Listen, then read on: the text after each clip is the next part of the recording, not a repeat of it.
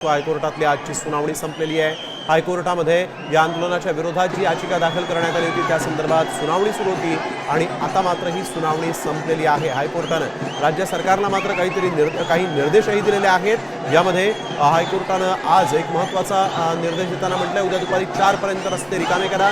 त्यामुळे सरकार आणि पोलिसांसमोर एक मोठं आव्हान आहे। बाहेरून येणाऱ्यांना वेशीवर अडवा अशी मागणी झाली होती आणि हायकोर्टातली आजची महत्त्वाची सुनावणी ही संपलेली आहे। मराठा आरक्षणासाठी जे आंदोलन सुरू आहे त्या आंदोलनामध्ये आपण बघतोय की मुंबईतले रस्ते तुडुंब भरलेले आहेत। त्यामुळे रस्ते मोकळे करा, उद्या दुपारी 4 पर्यंत रस्ते रिकामे करा असं हायकोर्टाने निकालाचं वाचन करत असताना म्हटलेलं आहे। त्यामुळे पोलिसांवर आता मोठी जबाबदारी आहे, सरकारवर आता मोठी जबाबदारी हायकोर्टाने रस्ते मोकळे करा असे आदेश दिलेले आहेत।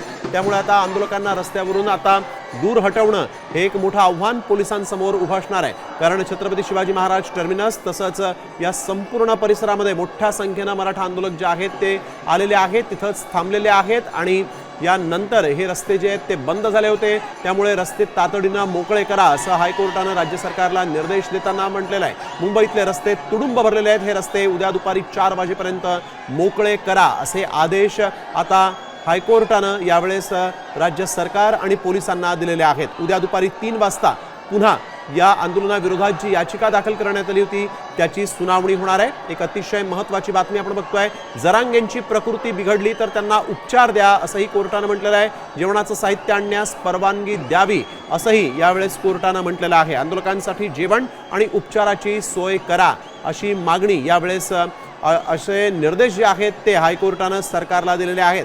त्यामुळे जरांगेंच्यावर उपचार आणि त्यांची काळजी घेण्यासंदर्भात आता कशा पद्धतीने कोर्टाने निर्देश दिल्यानंतर सरकार व्यवस्था करतं हे पाहणं महत्त्वाचं असेल। तसंच बाहेरून जे आंदोलक येत आहेत त्यांना वेशीवर अडवा असं देखील म्हटलं गेलेलं आहे आणि उद्या 4 वाजेपर्यंत सगळे रस्ते मुंबईतले जे आहेत ते ब्लॉक झाले होते ते सगळे मोकळे करा असे आदेशही देण्यात आलेले आहेत। आता isakal.com आहे देशातील नंबर 1 ची मराठी न्यूज वेबसाईट। प्रत्येक अपडेटसाठी isakal.com ला नक्की भेट द्या।